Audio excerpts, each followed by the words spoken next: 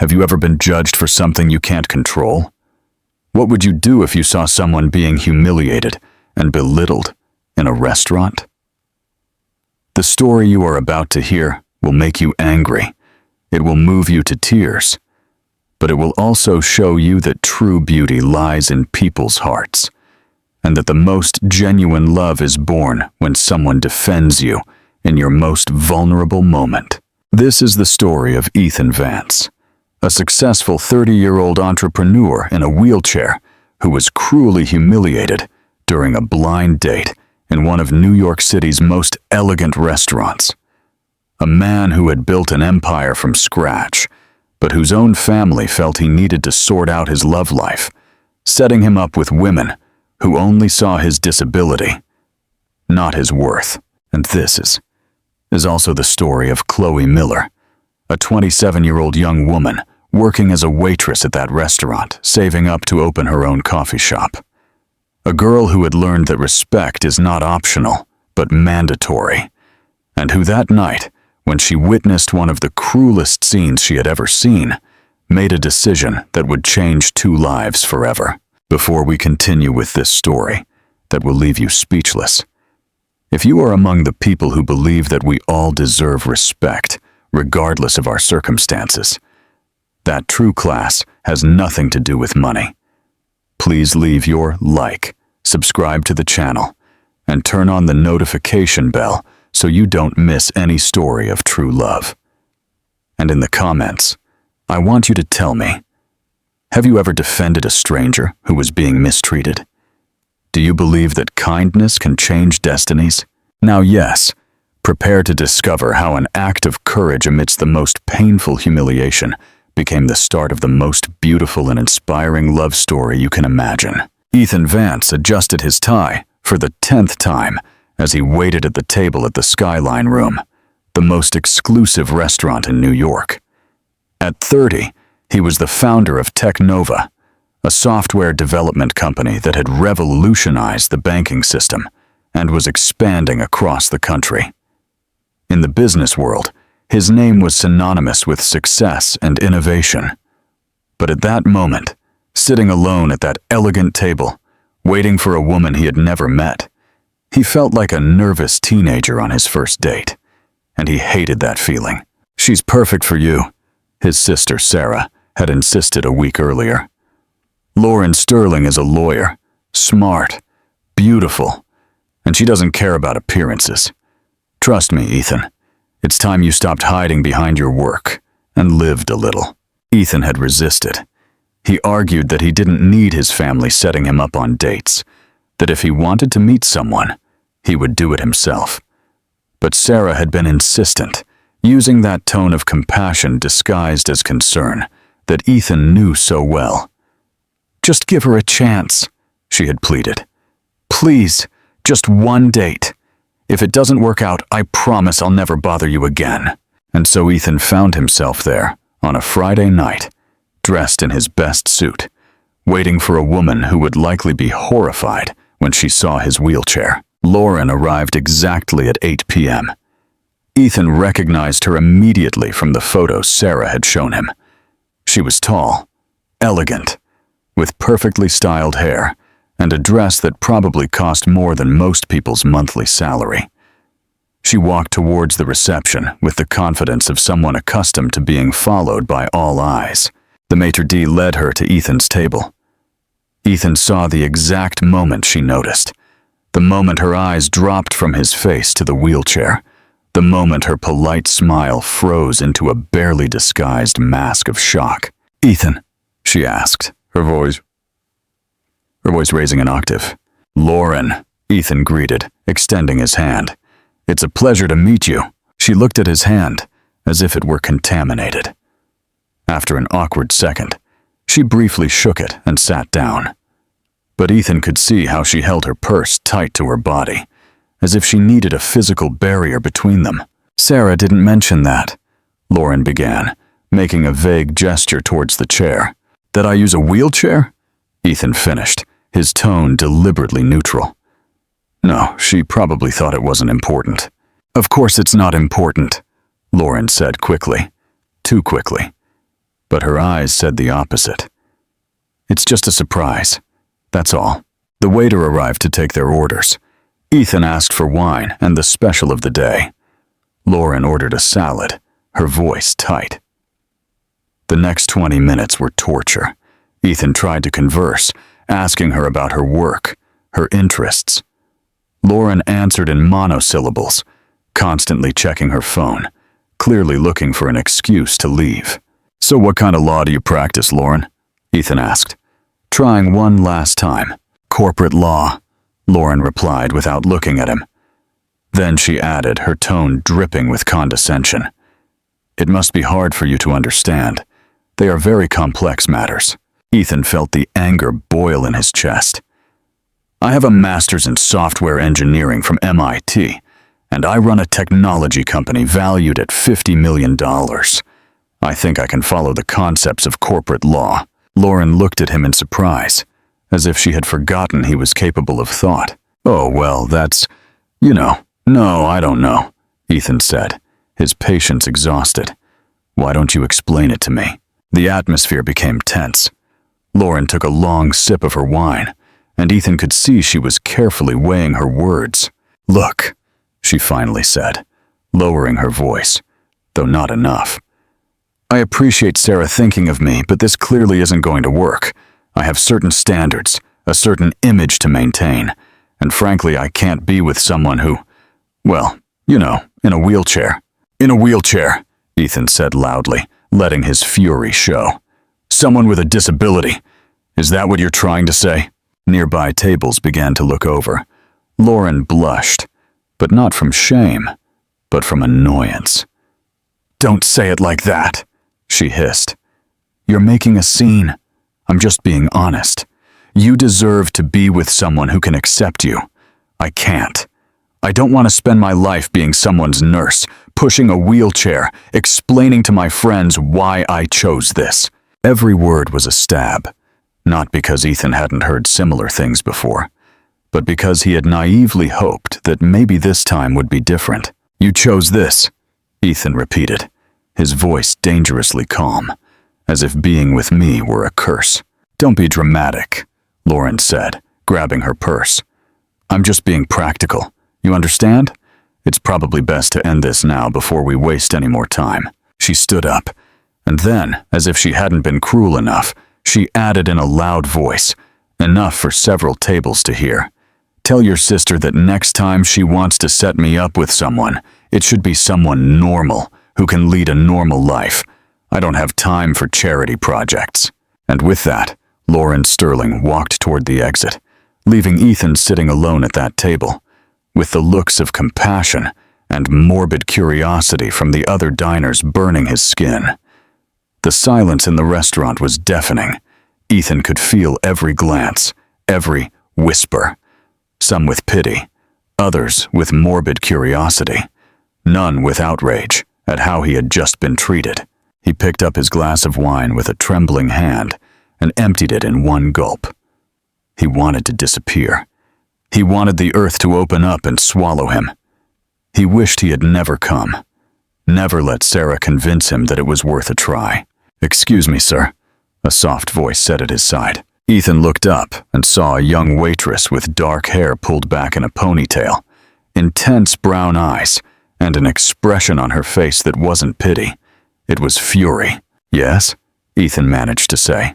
"That woman," the waitress said, her voice shaking slightly with contained emotion. "She is the most horrible person I have ever seen in my life, and I've seen a lot of horrible people working here." Ethan blinked, surprised. That was not what he expected to hear. "Oh, thank you," he said awkwardly. "You don't have to thank me for telling the truth," the waitress continued. Her eyes shone with indignant tears. "You deserve much, much better. You deserve someone who sees you for who you are, not for how you move. And anyone who can't see that is blind, stupid, or both." For the first time since Lauren had left, Ethan felt something more than humiliation. He felt hope. Small, fragile, but there. "What's your name?"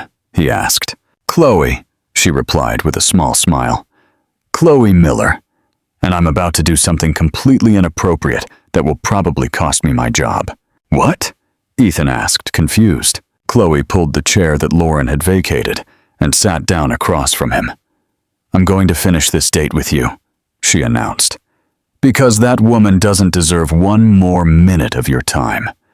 But you deserve to end your evening with someone who appreciates when they are in front of a good person. So, Ethan Vance, tell me about you. What do you like to do? What are your dreams? And no business talk. I want to know about the man, not the entrepreneur." And in that moment, in that restaurant where he had been brutally humiliated minutes before, Ethan felt something he hadn't felt in a long time. He felt seen. Chloe Miller knew that what she was doing would probably cost her her job. She had a history of being rebellious, of saying inappropriate things, of not keeping quiet when she saw things that outraged her. But what she had just witnessed had crossed a line. She couldn't stay quiet. She couldn't watch that man sitting there, clearly devastated, and simply continue her shift as if nothing had happened. So she sat down and hoped she wouldn't regret it. Ethan looked at her with a mixture of shock and something that looked like gratitude. "Are you sure you want to do this?" he asked. "Your boss is looking, and he doesn't look happy." Chloe glanced at the manager, Mr. Thompson, who was indeed glaring at her from his post near the entrance. She looked back at him without blinking. "Let him watch," she said with determination. "Some moments are worth more than a job, and this is one of those moments." Ethan let out a surprised laugh. "You're either incredibly brave or incredibly reckless." "Probably both," Chloe admitted with a smile. "My mother always says my mouth will get me into trouble, but she also taught me to stand up for what's right. And what that woman did was wrong, completely wrong." "It's not the first time," Ethan said softly, fiddling with his empty glass, "that someone has reacted like that to my wheelchair." "That doesn't make it less horrible," Chloe responded fiercely. "In fact, it makes it worse, because it means there are more people like her in the world." Ethan studied her with curiosity. "Why do you care? You don't know me." Chloe considered the question. It was a good one. Why did she care so much? She could have just felt pity and gone on with her night. But there was something about seeing that public humiliation, something about the way he maintained his dignity, even when that woman was tearing him down, that had awakened something fierce inside her. "My little brother, Tommy, has Down syndrome," she finally explained. "And my whole life, I've seen how people treat him. As if he's less, as if his condition defines his worth. But Tommy is the most loving, most genuine person you know. He taught me that true disability isn't in the body. It's in the lack of empathy, the lack of humanity. And that woman just showed she has a massive disability in her heart." Ethan's eyes welled up with emotion. "Your brother is lucky to have you." "I'm the lucky one to have him," Chloe corrected. "He makes me a better person." As a busboy, her colleague Mike, discreetly approached with a glass of wine for Chloe and refilled Ethan's. "So," Chloe said, determined to change the tone of the evening, "tell me something no one else knows about you. Something real." Ethan smiled, a genuine smile. "Something that's not on your LinkedIn profile or in business magazine articles," Chloe specified. "Something that makes you human." Ethan thought for a moment. "Okay, I love to cook. It's my secret passion. When I'm stressed or need to think, I go into the kitchen and cook pasta, mainly. I've been perfecting my carbonara recipe for years." "Really?" Chloe asked, genuinely interested. "I love to cook, too. It's partly why I want to open my coffee shop. I want to create a space where food nourishes not just the body, but also the soul." "Wait, you're opening a coffee shop?" Ethan asked, leaning forward. And so they began.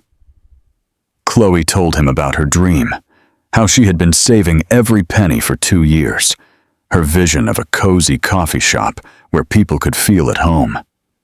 Ethan listened with genuine attention, asking questions, offering ideas. He told her about how he started Technova in his parents' garage, the sleepless nights, the moment he got his first major client and knew he was going to make it. He told her about his car accident at 22 that left him paraplegic, but without the self-pity most people would use. He told it as a fact, as part of his history, not as his whole story.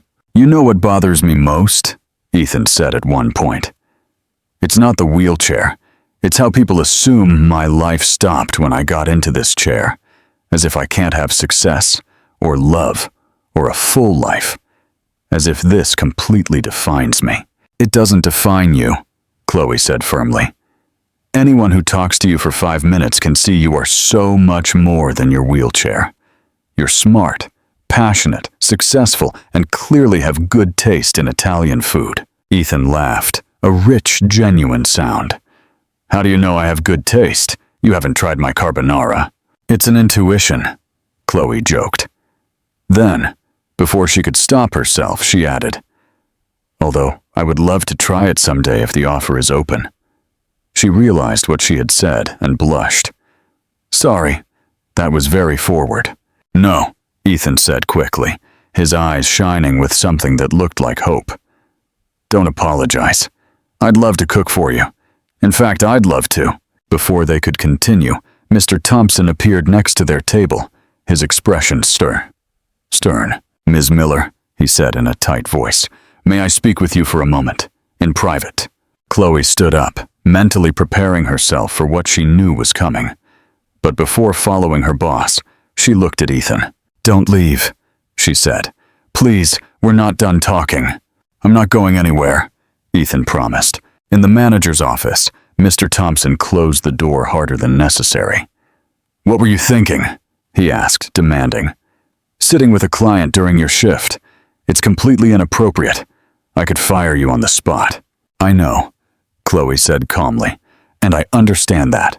But that man had just been publicly humiliated by a horrible person. Someone had to show him that not everyone is like that. Someone had to stand up for what was right." "You are not his defender," Thompson said. "You are an employee of this restaurant." "I am a human being first," Chloe replied, "and human beings defend another human beings when they are treated badly." Thompson stared at her for a long time. Finally, he sighed. "You're lucky Mr. Vance is an important client and hasn't complained," he said. "In fact, I just received a message from him. He requested that I let you return to the table. He said you were having an important conversation." Chloe blinked in surprise. "He did?" "He did," Thompson confirmed. His expression softened slightly. "Look, I understand your intentions, but please, be more professional in the future. I can't have my waitresses sitting down with clients, regardless of the circumstances." "I understand," Chloe said. "Thank you, Mr. Thompson." When she returned to the table, Ethan was waiting for her with a smile. "Thank you for coming back," he said. "I thought maybe I got you into trouble." "Nothing I can't handle," Chloe assured, sitting down again. "Now, where were we?" "Ah, yes, you were about to tell me more about your perfect carbonara." And so they continued the night. Two strangers, who had become something more, connecting over dreams and fears and hopes for the future. Neither of them knew that this night would be the beginning of something extraordinary, but they both felt that something had changed, that something important had begun.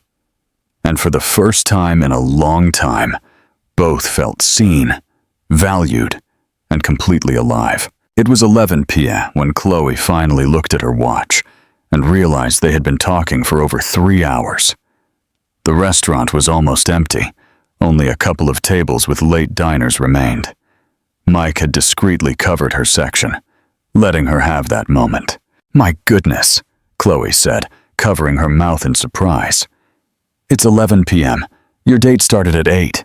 "This is not the date I expected," Ethan said. "But it's infinitely better." Chloe felt a warmth rise in her neck. "I should let you go, and I still have to finish my shift." "What time do you finish?"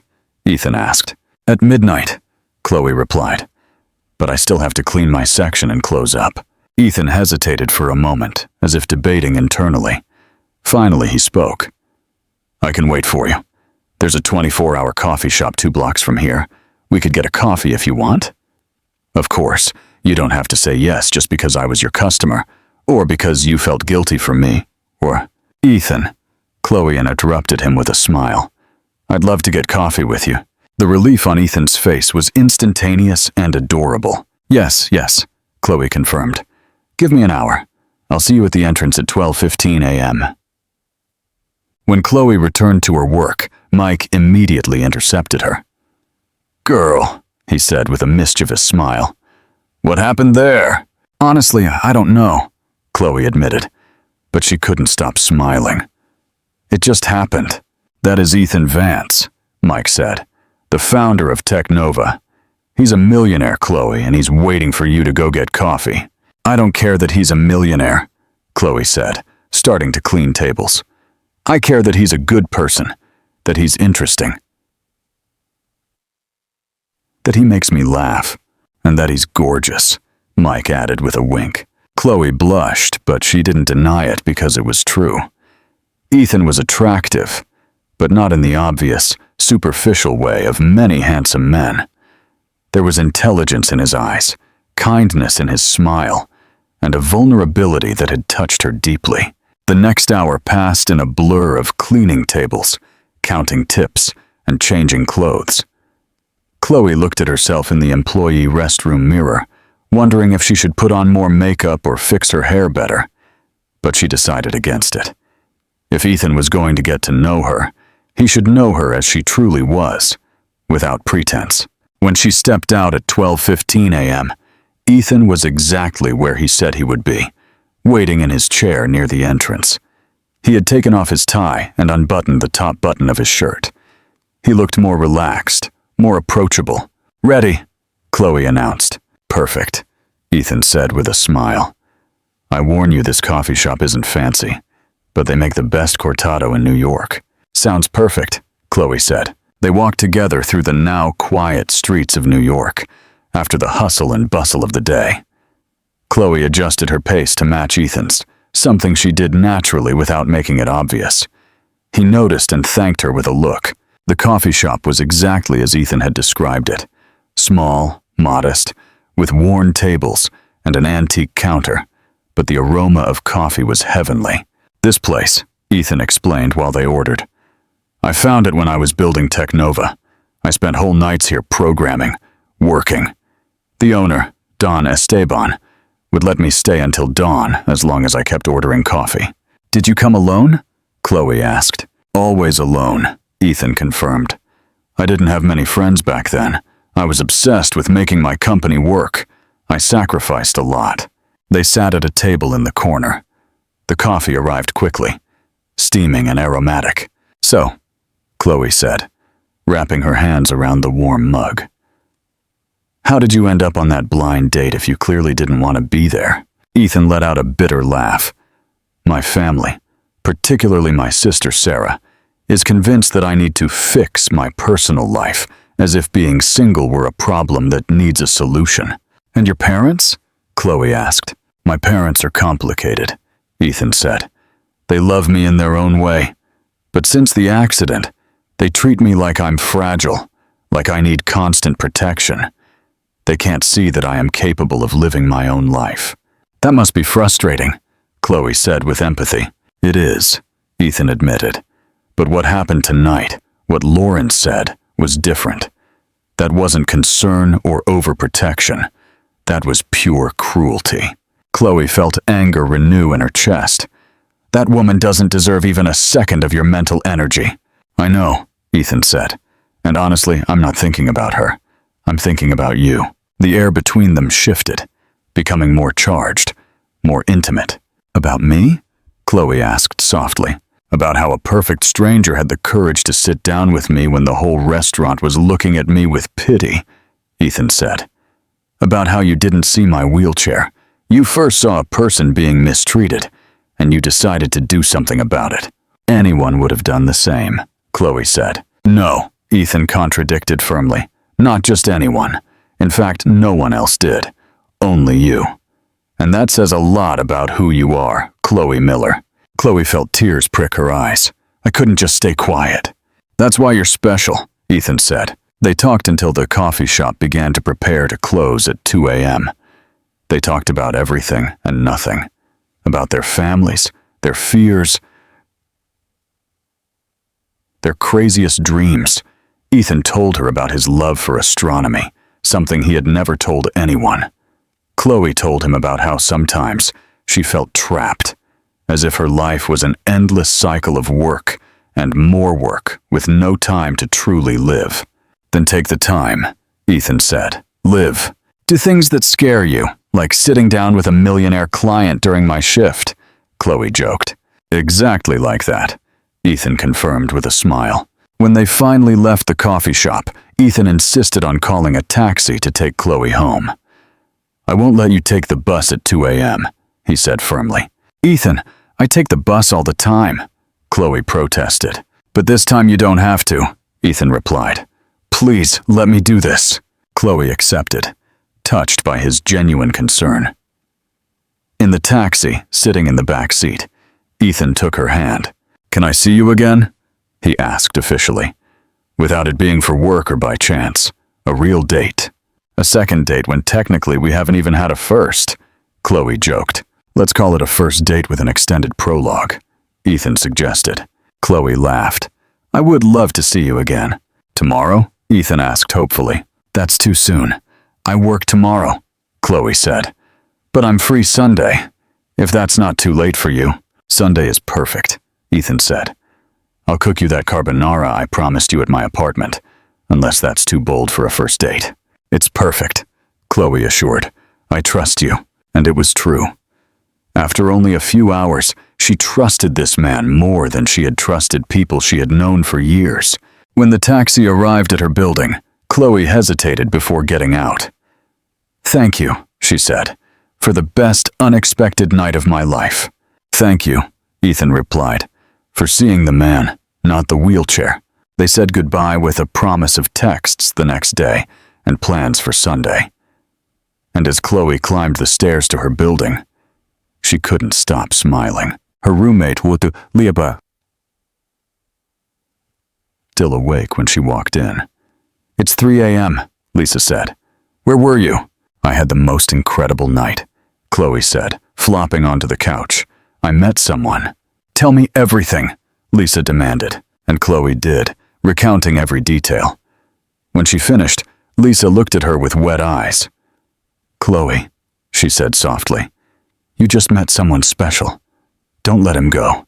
I don't plan to, Chloe promised. And as she fell asleep that night, she dreamed of kind eyes, deep conversations, and the promise of something beautiful that had just begun. Sunday arrived more slowly than Chloe would have liked. Saturday at the restaurant was interminable.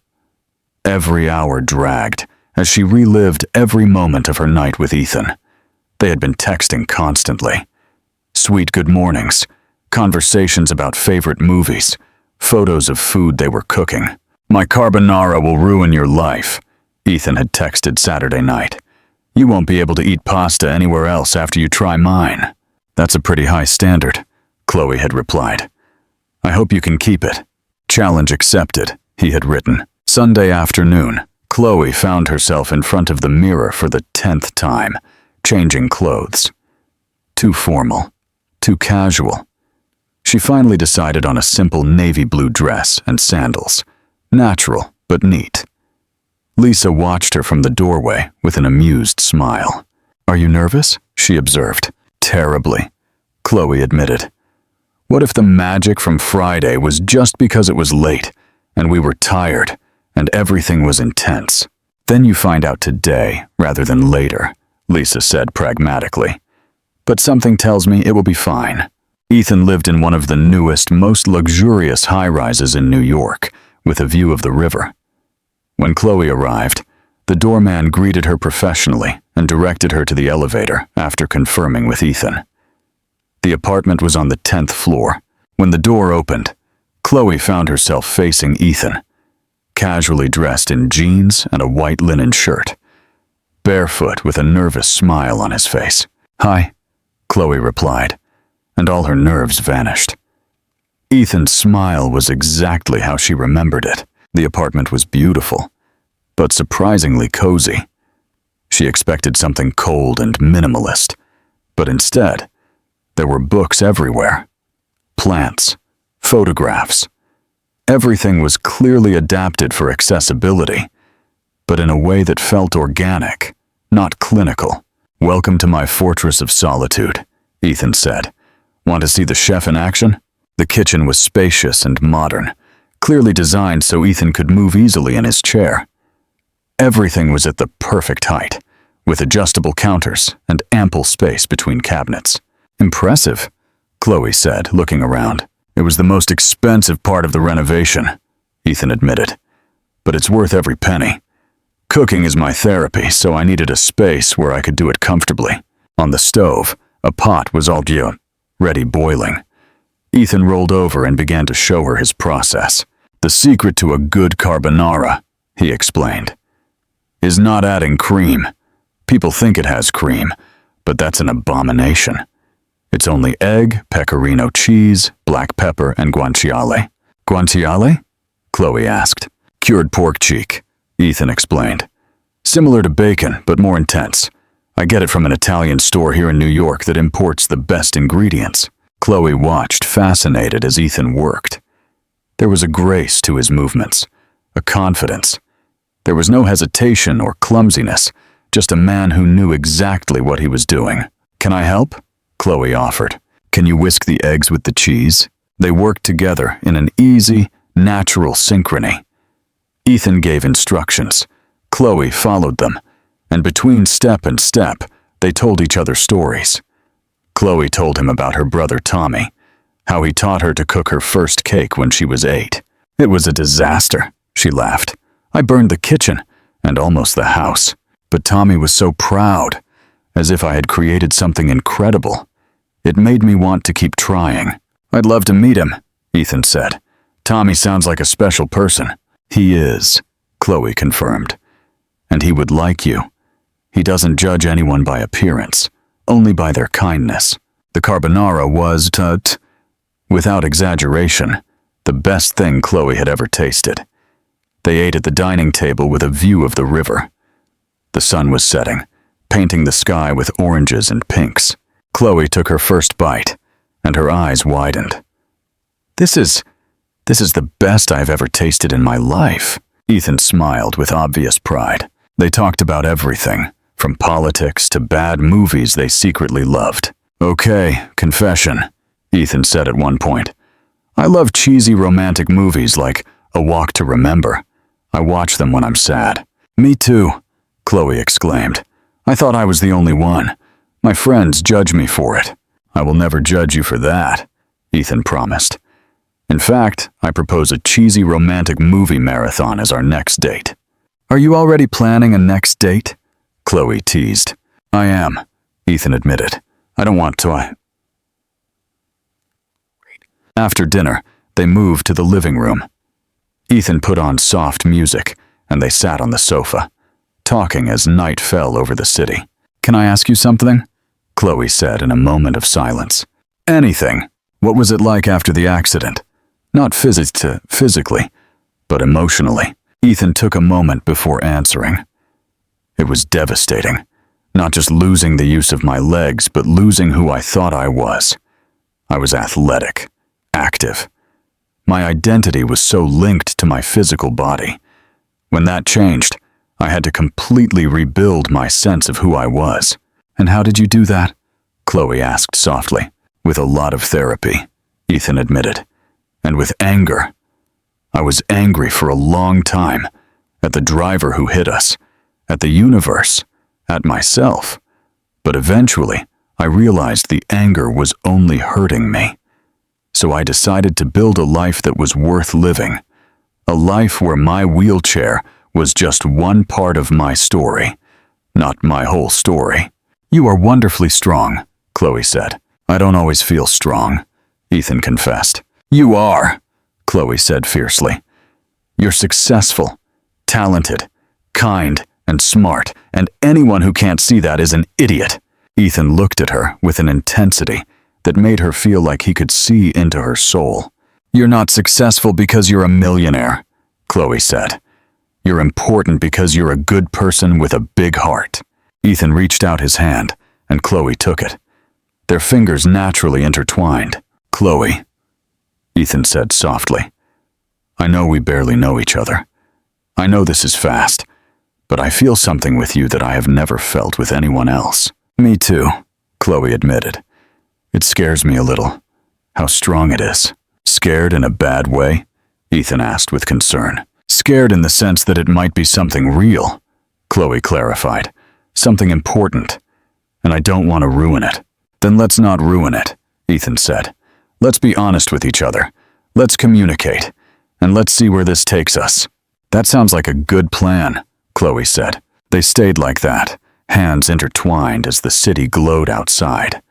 They didn't need to fill the silence with words.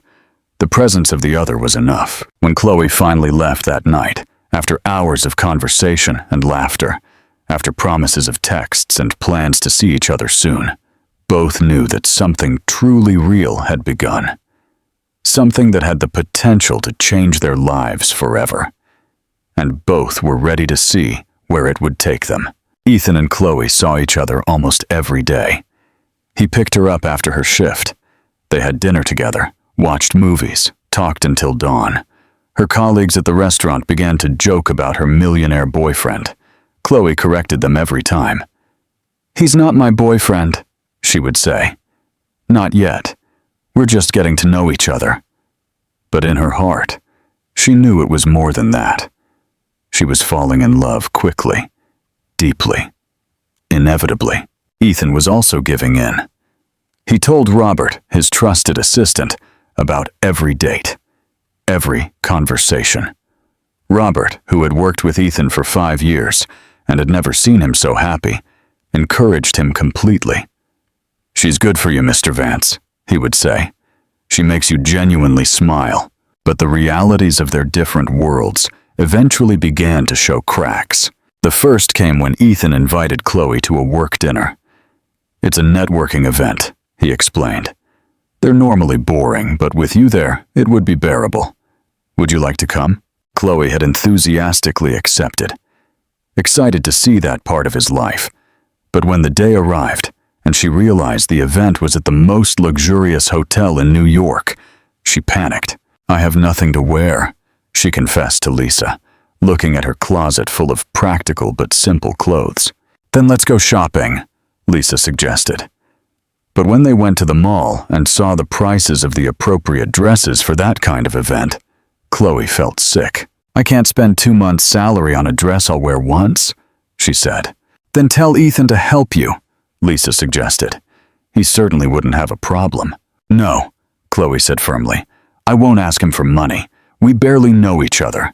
And besides, I don't want him to think I'm with him for his money." She finally found a simple but elegant dress at a discount store. It wasn't designer, but it looked good. It would have to be enough. The night of the event, when Ethan picked her up and saw her dress, he smiled. "You look beautiful," he said sincerely. But Chloe could see the glances from the other women at the event, their designer dresses, their expensive jewelry, and then there was her, clearly out of place. The conversations were worse. Everyone spoke of businesses Chloe didn't understand, trips to places she had never visited, first-world problems that seemed ridiculous when she struggled to pay the rent every month. A woman, Caroline, approached Chloe at a moment when Ethan was talking to other entrepreneurs. "So, how did you meet Ethan?" she asked with poorly disguised curiosity. "At a restaurant," Chloe replied honestly. "Oh, you own a restaurant," Caroline assumed. "No, I work there. I'm a waitress." Caroline's expression subtly changed. "Oh, how interesting." Chloe could see the judgment in her eyes, the same look Lauren had, though for different reasons. When Ethan returned, he found Chloe clearly uncomfortable. "Are you okay?" he asked with concern. "Just tired," Chloe lied. "Can we leave early?" In the car on the way back to her apartment, Ethan pressed her. "Tell me." Chloe hesitated, but finally spoke. "I don't fit into your world, Ethan. Those people were looking at me like I was a curiosity, or worse, like I was a gold digger." "Who said that?" Ethan asked, his voice hardening. No one said it directly, Chloe admitted. But they thought it. I could see it on their faces. I don't care what they think, Ethan said firmly. But you should care, Chloe countered. Those are your business partners, your contacts, and I serve tables. I come from a completely different world. And that doesn't matter, Ethan insisted. It matters when people look at me like I don't belong, Chloe said, her eyes filling with tears. It matters when it makes me feel small. Ethan stopped the car in the parking lot of her building and turned to her. Listen to me, he said, taking her hands. You are not small. You are incredible. You work hard. You have dreams. You are compassionate and brave. And anyone who can't see that doesn't deserve your time or energy. But it's your world, Chloe said. They are the people you work with, you do business with. Then I'll find new people to do business with, Ethan said. People who value integrity over social status. People like you. Chloe wanted to believe him, but the doubt had been planted. The second crack came from Chloe's family. Her mother, Rose, had been anxious to meet this man Chloe wouldn't stop talking about. So Chloe organized a family dinner the following Sunday. I warn you, she had told Ethan. My family is loud and direct, and they will ask you personal questions. Sounds perfect, Ethan had assured. Dinner started well. Rose had prepared a feast of traditional food. Sopa paraguaya, chipa guazu, asado, modified to local equivalents as per U.S. context. The table was full, not only with Chloe's immediate family, but also with aunts, cousins, and the inevitable Tommy. Tommy adored Ethan instantly. He sat next to him all through dinner, showing him his drawings, his favorite TV shows. Ethan listened with genuine attention, asking questions, showing real interest. He's good, Tommy whispered to Chloe at one point. He has kind eyes. But halfway through dinner, Chloe's uncle, George, who had had a little too much to drink, asked a question that silenced the whole table. So, Ethan, he said loudly, what are your intentions with my niece? Because if you're just playing with her, we're going to have problems. Uncle, Chloe said, mortified. It's a fair question, Ethan said calmly. He looked George directly in the eye. My intentions are to get to know Chloe, treat her with the respect she deserves, and see if we can build something meaningful together. I'm not playing. This is real for me. The honesty in his voice quieted any further objection. But then Chloe's mother spoke, her tone softer, but equally direct. Ethan, you are clearly a successful, educated man, Rose began. But my daughter is also special. I don't want you to hurt her. And frankly, it worries me that you come from such different worlds. Mom, Chloe protested. No, it's fine, Ethan said. He looked at Rose with respect.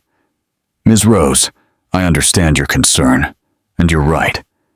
We come from different worlds, but that doesn't change what I feel for Chloe. She is the most genuine, most courageous person I have ever known. And yes, I have money, but money doesn't define who I am, just as the lack of money doesn't define who she is. Rose studied him for a long time. Finally, she nodded. Okay, she said. But if you hurt her, millionaire or not, you'll have to answer to this whole family. Understood? Understood, Ethan said with a small smile. The rest of the dinner was more relaxed, but as Chloe walked Ethan to his car later, she knew something had changed. Your family is incredible, Ethan said. Protective, but with love. I'm sorry for the interrogation. Chloe apologized. Don't apologize, Ethan said. I'm glad you're cared for. It means you are loved. Chloe kissed him then, a long, sweet kiss under the stars. I'm falling in love with you too, she whispered against his lips. Me too, Ethan replied. But that night, as each lay in their own bed, both couldn't help but ask the same questions. Could their love overcome their differences? Was love enough when the world constantly reminded them that they didn't belong? They didn't have the answers yet, but they knew they had to find them soon, because what they felt was too real, too important to let go of without a fight. A month after their relationship began, the storm they both feared finally arrived, and it came from where Ethan least expected it. His own family. Sarah, his sister, showed up unannounced at his office one Tuesday afternoon. Ethan was in the middle of a meeting when his secretary interrupted him. "Your sister is here," she said. "She says it's urgent." Ethan excused himself from the meeting, worried. Sarah never showed up unannounced, but when he saw her in his office, she didn't look worried. She looked furious. "Is it true?" she asked, before Ethan could even greet her. "Are you dating the waitress from that night?" Ethan felt his stomach sink. "Yes." "How do you know? How do you know?" Sarah repeated, incredulous. "Ethan, you were at a public event 2 weeks ago. People talk, and Lauren called me last night, furious, telling me you humiliated her by bringing a waitress to a networking event." "Lauren humiliated me," Ethan corrected coldly, "in case you forgot." "That's not the point," Sarah said. "The point is that you are dating someone completely inappropriate. A waitress." "Ethan, what were you thinking?" The fury Ethan felt was instant and burning. "Her name is Chloe, and she is the most incredible woman I have ever known." "She's a gold digger," Sarah said scornfully. "Don't you see it? She saw you vulnerable. She took her chance, and now she's probably planning how to get the maximum amount of money out of you." "Get out of my office," Ethan said, his voice dangerously calm. "Ethan, now!" Ethan yelled, something he almost never did. "Get out of my office before I say something I regret." Sarah stood staring at him, shock on her face. She had never seen her brother so furious. "Mom will want to talk to you about this," she warned before leaving. "Tell Mom she can talk all she wants," Ethan said. "But my personal life is none of her business, or yours." After Sarah left, Ethan stood there, trembling with rage. He called Chloe immediately. "Hi," she answered, her voice cheerful. "What's wrong? Can I see you tonight?" Ethan asked. "I need to see you." "Of course," Chloe said, concern leaking into her voice. "Are you okay?" "I will be when I see you," Ethan promised. That night, Ethan told her everything. About Sarah, the accusations, how his family was reacting to their relationship. Chloe listened in silence, her expression growing sadder. "I knew this would happen," she finally said. "I knew your family wouldn't accept me." "I don't care if they accept you," Ethan said. "I choose you, but they are your family," Chloe countered. "And I don't want to be the reason you separate from them." "They are the reason I am separating from them," Ethan corrected. "This started long before I met you. The abandonment on my birthday, the way they've treated me since the accident. You only exposed what was already broken." Chloe took his hands. "Ethan, I need you to be honest with me. Is it worth it? Am I worth all this drama, all this complication?" "That is the most ridiculous question you have asked me," Ethan said. "You are worth everything, every second of drama, every complication, because with you, for the first time in my life, I feel completely seen, completely loved." "I love you too," Chloe said, tears streaming down her cheeks. "So much that it hurts." "True love doesn't surrender when things get difficult," Chloe said with fierce determination. Ethan kissed her then, deeply and desperately, and full of promise. "Then we will fight," he said against her lips. "Together." "Together," Chloe repeated, and as they drove through the streets of New York, hands intertwined, they had true love, and that was more powerful than any opposition. The next month tested their relationship in ways neither of them had anticipated. Ethan's family intensified their efforts to separate them. Sarah showed up at Chloe's apartment trying to reason with her.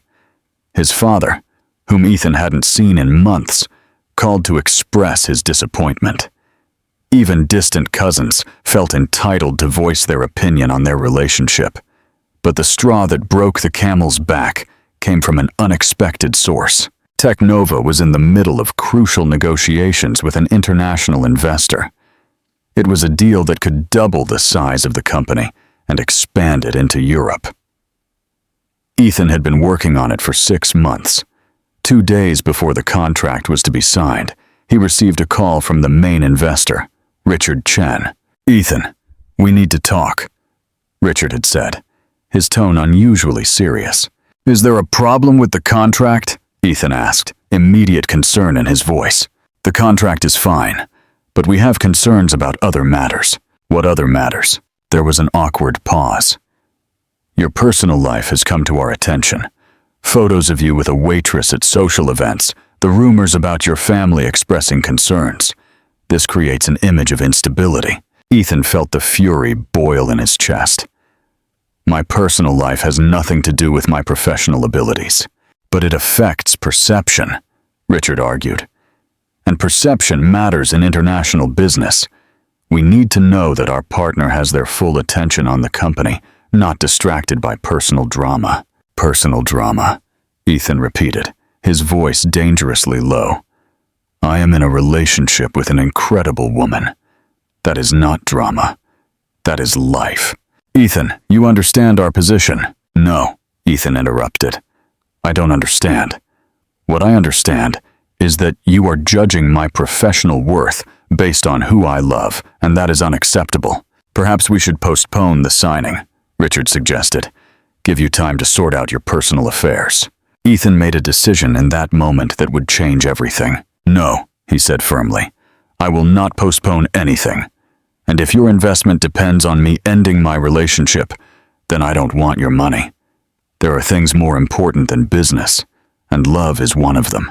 "Ethan, are you being emotional?" "I'm being human," Ethan corrected. "Something that you clearly have forgotten how to do. Thank you for your time, Mr. Chen, but this deal is off." And he hung up.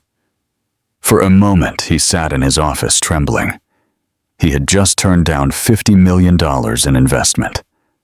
He had just torpedoed months of work for a woman he had met 2 months ago, and he didn't regret it for a second. He called Chloe immediately. "Hi," she answered, her voice cheerful. How's your day going?" "I just turned down $50 million, Ethan said. There was stunned silence. "What?" Ethan told her everything about the call, the implicit conditions, his decision. When he finished, Chloe was crying. "Ethan, you can't turn that down from me. It's your company. It's your future." "You are my future," Ethan corrected. "The company is just money. You are real. But you worked so hard. And I will continue to work hard," Ethan interrupted. "I will find other investors. I will build the company in another way. But I will not build anything on the basis of sacrificing true love. Because then, what is the point of all this?" Chloe couldn't stop crying.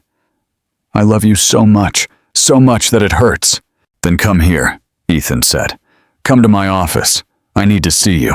30 minutes later, Chloe burst into his office, without caring that his secretary tried to stop her. She ran to Ethan and kissed him as if he were oxygen, and she were drowning. "I can't believe you did that," she said between kisses.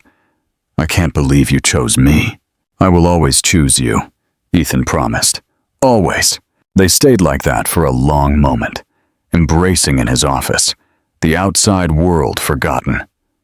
But then Robert gently knocked on the door. "Mr. Vance," he said, "your family is here, all of them." Ethan and Chloe looked at each other. They knew what that meant. "Let them in," Ethan said. "It's time to end this." His mother, his father, Sarah.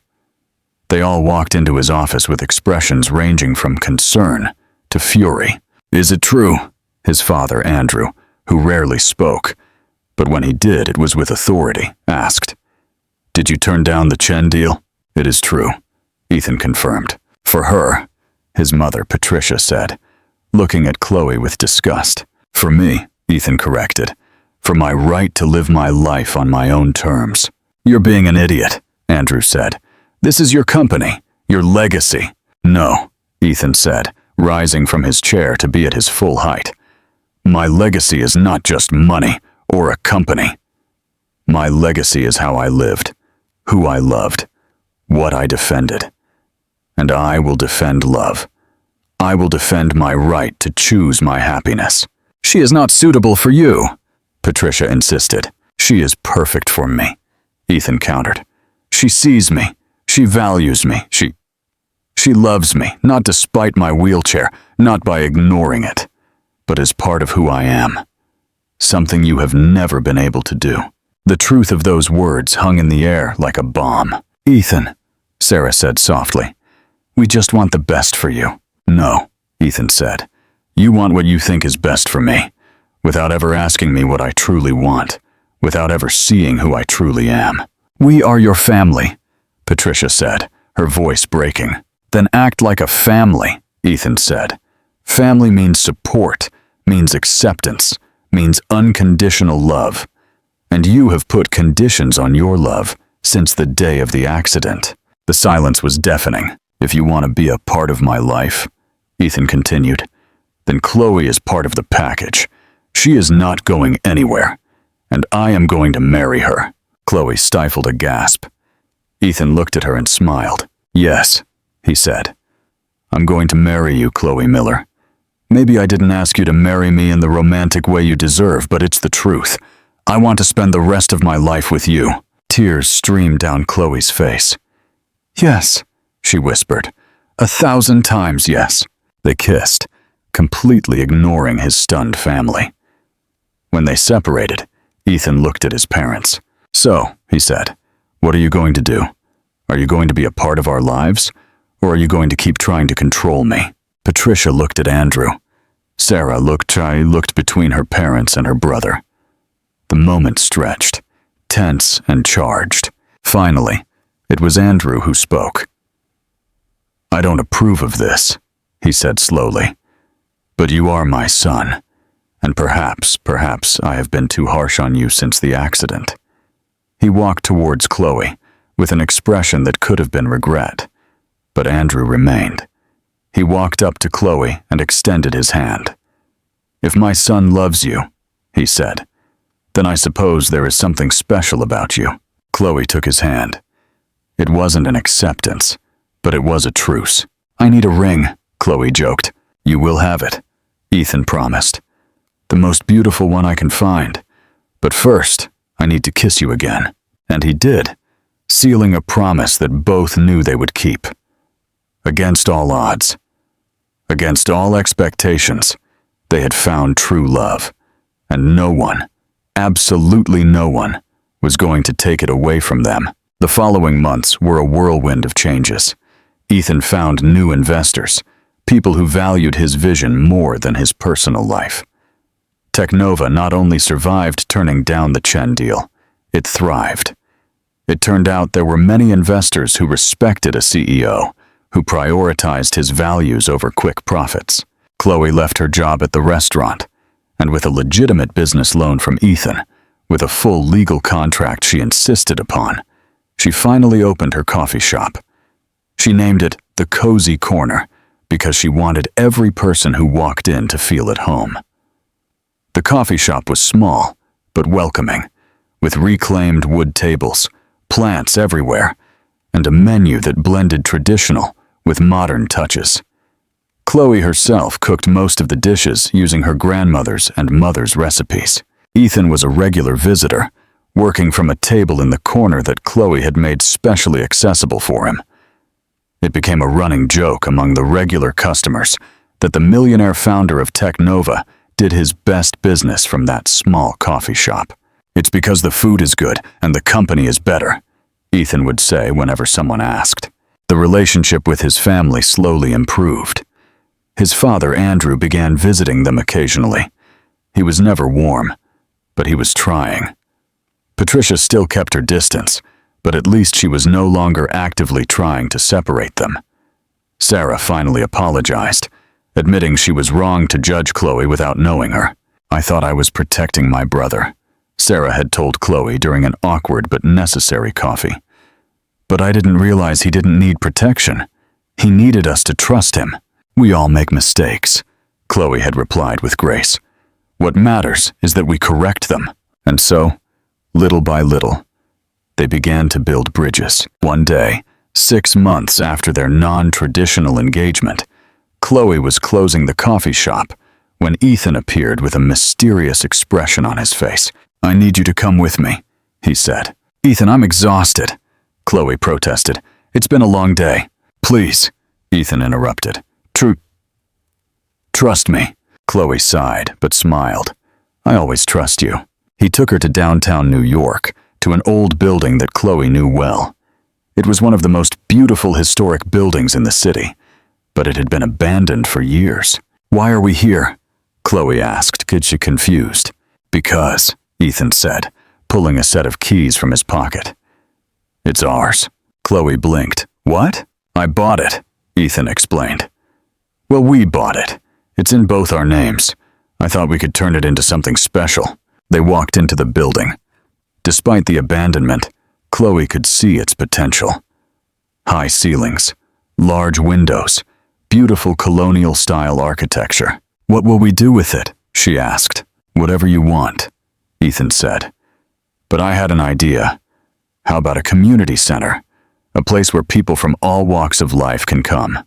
Cooking classes, programs for kids, spaces for small businesses. A place that builds bridges, just like us." Chloe felt tears fill her eyes. "Ethan, it's perfect." "And," Ethan continued, "I thought we could have a special program, vocational training for people with disabilities. Help them find jobs, build careers, turn what the world sees as limitations into opportunities." Chloe hugged him tightly. "You're incredible, you know that." "I'm just with an incredible woman who inspired me," Ethan said. They stood there in that empty building, imagining the future, seeing the possibilities, dreaming together. Later that night, Ethan surprised her again. He had taken her back to his apartment, where the living room had been transformed. It was beautifully decorated with candles, flowers, and a full dinner prepared. "How?" Chloe began. "Robert," Ethan explained with a smile. "But this time, I want to do things right." And then, with practiced movements, Ethan slipped out of his chair and knelt on the floor. Chloe stifled a gasp, tears already falling. "Ethan, you don't have to." "I want to," Ethan interrupted.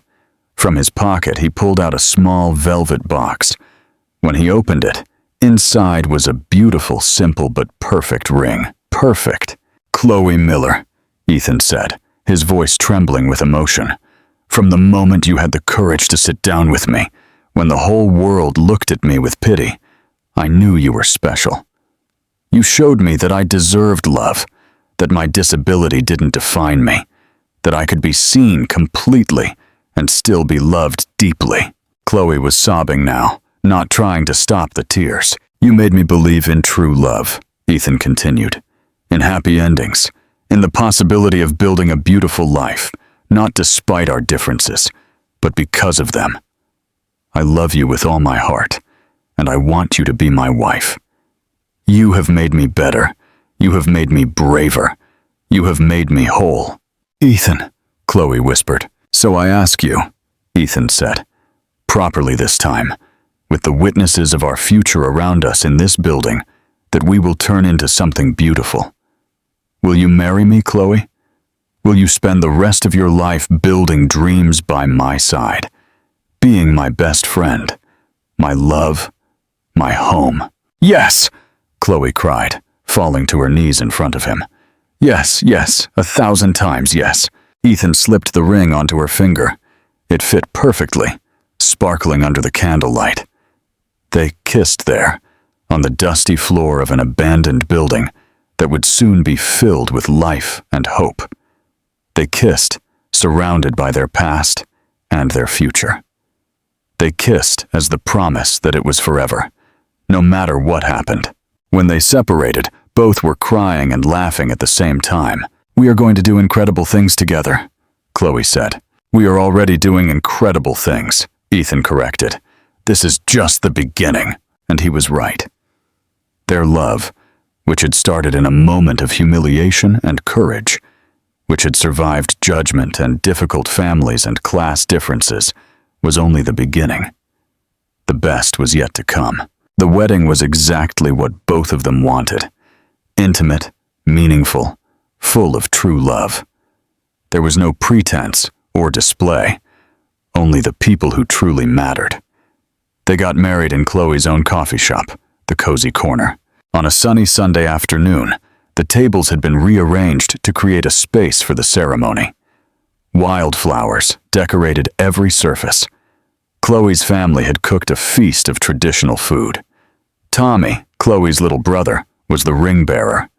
He was so proud in his suit that he didn't stop smiling the whole day. Robert was Ethan's best man. Lisa was her maid of honor. Chloe's family filled the seats, loud and cheerful. Ethan's family was also there. Andrew in the front row. Patricia sitting rigidly but present. Sarah, with tears in her eyes. When Chloe walked down the makeshift aisle on her father's arm, Ethan felt his heart might explode. She wore a simple white lace dress, no veil, with wildflowers in her hair. She was the most beautiful thing he had ever seen. "You're crying," Chloe whispered when she reached his side. "I don't even care," Ethan replied, wiping away tears with a smile. The officiant, a family friend of Chloe's, kept the ceremony short and sweet, but when it came time for the vows, both had prepared their own words. Ethan went first, taking Chloe's hands in his. "Chloe," he began, his voice clear and firm. "When that horrible woman humiliated me in that restaurant a year ago, I thought it was the worst moment of my life, but it turned out to be the best because it brought you. You showed me that true courage is not about never being afraid. It's about doing the right thing, even when you are terrified." Chloe squeezed his hands, tears all rose already streaming down her cheeks. "You taught me that I deserve love without conditions," Ethan continued, "that my wheelchair doesn't define me, that I can be seen completely and still be loved deeply. I promise to love you every day of my life. I promise to see you completely in your strengths and your fears. I promise to build a life with you based on respect, honesty, and infinite love. I promise to be your home, as you are mine." There wasn't a dry eye in the room. Even Patricia was discreetly wiping away tears. Chloe took a deep breath before beginning her vows. "Ethan," she said, her voice trembling with emotion. "I saw something that day at the restaurant that broke my heart. I saw a good man being treated with cruelty, but I also saw strength. I saw dignity. I saw someone who refused to be diminished by someone else's words." Ethan smiled through his own tears. "I didn't know then that sitting down with you would change my life forever," Chloe continued. "But it did. You showed me that true love knows no boundaries of class or circumstance, that two people from completely different worlds can build a world all their own. You made me braver. You taught me to stand up for what I believe in, to fight for what I love. I promise to love you unconditionally," Chloe said. "Not despite who you are, but for all that you are. I promise to be your defender, your companion, your safe haven. I promise to build dreams with you, one by one. And I promise to remind you every day that you are seen, valued, and completely loved." The officiant didn't even have to ask. "You may kiss," he said with a smile, and they did, sealing the promise that both knew they would keep. The celebration afterward was exactly what a wedding should be. Joyful, loud, full of laughter and dancing. Chloe's family taught Ethan's family how to dance the polka. Tommy gave a speech that made everyone laugh and cry. "Chloe always told me she would find someone special," he said, with his clear, sincere voice. And she did. Ethan is special. He has kind eyes like her. Andrew approached Ethan in a quiet moment. "I was wrong," he said simply. "About Chloe, about a lot of things, but especially about underestimating your ability to know what you need." "Thank you, Dad," Ethan said. The words meant more than he could express. Patricia also approached at the end. She didn't apologize, not exactly, but she took Chloe's hands and said, "Take care of him, with my life," Chloe promised. It was a beginning, and sometimes beginnings are enough. As the sun set over New York, Ethan and Chloe snuck away to the small patio behind the coffee shop. They needed a moment alone, a moment to process that this was real, that they had done this. "We are officially husband and wife," Chloe said in wonder. "Sounds good," Ethan said, pulling her closer. "Husband and wife, partners, team, forever," Chloe added. "Forever," Ethan confirmed. They stayed there as the stars began to appear, making whispered plans about their honeymoon, the community center, the life they would build. A year later, the community center The Bridges opened its doors. It was everything they had dreamed of, and more. Classes for children, vocational training for people with disabilities, a community space where everyone was welcome, regardless of their origin or circumstance. Lauren Sterling, the woman who had humiliated Ethan that fateful day, saw him on the news. She saw his success, his happiness, his beautiful wife. She allegedly called to apologize.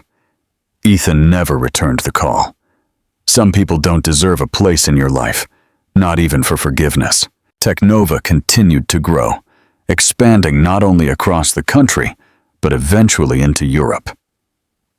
But Ethan never forgot what truly mattered. Every Friday, without fail, he closed his office early and spent the afternoon at the Cozy Corner, Chloe's coffee shop, working from his corner table while she cooked. "Don't you ever get tired of that coffee shop?" Robert asked him once. "Never," Ethan had replied with a smile. "It's where my wife is. It's where our real life began. Why would I want to be anywhere else?" Chloe eventually wrote a book about her experience opening the coffee shop and the community center. It was titled When Love Builds Bridges. It became a bestseller, inspiring others to follow their dreams regardless of their circumstances. They eventually had 2 children, a girl they named Hope and a boy they named Courage. Both would grow up knowing that true love exists, that differences make us stronger, and that courage sometimes simply means sitting down with someone who needs kindness. Years later, when asked about their love story, Ethan and Chloe always returned to the same moment. That day at the restaurant, when everything seemed horrible, when Ethan was at his lowest, when Chloe made the decision to do something, it was the worst day that turned into the best day.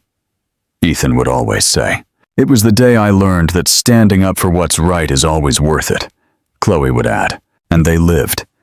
Not a perfect fairy tale without problems, but something better. They lived a real life, full of challenges and joy, built on a foundation of mutual respect and true love. A life where every day they chose each other, where every challenge made them stronger, where love was not just a feeling, but an action, a decision, a commitment renewed every morning. And when they were old, sitting on the patio of their home, watching their grandchildren play, they still held hands and remembered. They remembered a disastrous blind date, a brave waitress, a humiliated millionaire who found his voice, and a love that built bridges over every obstacle the world placed before them. Because in the end, that's what true love does. It builds bridges, it creates homes, it transforms lives, and it all starts with a simple act of courage. To see someone, truly see them, and choose to love them for all that they are. And so ends this powerful story that teaches us that true character is revealed in how we treat others in their most vulnerable moments. Ethan and Chloe showed us that true love is not about perfection or coming from the same world. It's about courage, standing up for what's right, seeing beyond appearances and circumstances to recognize a person's real worth.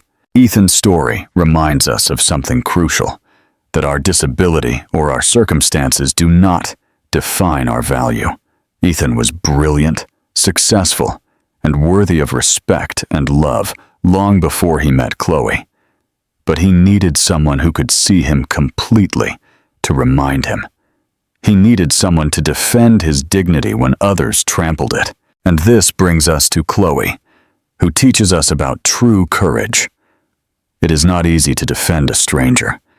It is not easy to risk your job, face social judgment, or intrude into an uncomfortable situation for someone you don't know. But Chloe showed us that those moments of courage, those moments when we choose kindness over convenience, are the moments when we find out who we truly are. This story also speaks to us about family and about building your own tribe. Ethan's biological family let him down in so many ways. They saw him as a bank, not a person. They judged him for his disability. They doubted his decisions and tried to control his life. But he had the courage to set boundaries, to choose his own happiness, to build a chosen family based on mutual love and respect. And regarding the differences in social class, Ethan and Chloe showed us that true love transcends all the artificial barriers that society builds. Millionaire or waitress, in a wheelchair or standing. None of those labels matter when two people truly see each other, when two souls recognize each other and decide to build something beautiful together. The most important thing this story teaches us is that true love requires courage. The courage to defend your partner when others judge them. The courage to turn down money and opportunities when they come with conditions that compromise your values. The courage to build an authentic life instead of a life others expect you to live. Now I want to ask you something important. Have you ever had to defend someone who was being mistreated? Did you have to choose between what is right and what is easy? Or perhaps you know someone who needs to hear that their worth is not defined by their bank account or their physical circumstances. Tell me in the comments.